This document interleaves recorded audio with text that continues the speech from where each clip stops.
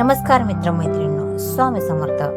अक्षय तृतीयेचे महत्व काय आहे, कशी साजरी करावी अक्षय तृतीया, चला तर जाणून घेऊया. अक्षय तृतीयेची पौराणिक कथा. धार्मिक पौराणिक कथेनुसार भगवान श्रीकृष्णांनी पांडवांना अक्षय पात्र भेट दिले होते. यामुळे त्यांना आपल्या प्रवासात उपाशी राहावे लागले नाही, कारण अक्षय या शब्दाचा अर्थच आहे अविनाशी, म्हणजेच कधीही न संपणारा.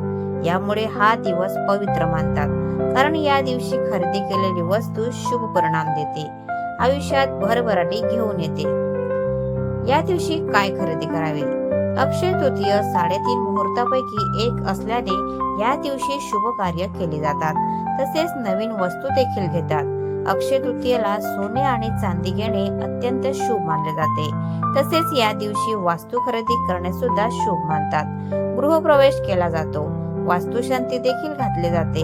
नवीन गाडी अक्षय तृतीयाच्या मुहूर्तावर अनेक जण घेतात. तर जाणून घेऊया आजच्या दानाचे महत्व. अक्षय तृतीयाच्या दिवशी दान करण्याला अत्यंत महत्व आहे. या दिवशी गोरगरिबांना अन्नदान करणे शुभ मानतात. तसेच पक्ष्यांना धान्य टाकणे, गरजूंना आवश्यक वस्तू दान करणे महत्वाचे मानले जाते. या दिवशी तुम्ही कोणत्याही स्वरूपाचे दान करू शकता. पूजा विधी. अक्षय तृतीयेच्या दिवशी देवी लक्ष्मी आणि विष्णूजींची पूजा करण्याची मान्यता आहे. देवी लक्ष्मीला आपण धन संपत्तीचे प्रतीक मानतो.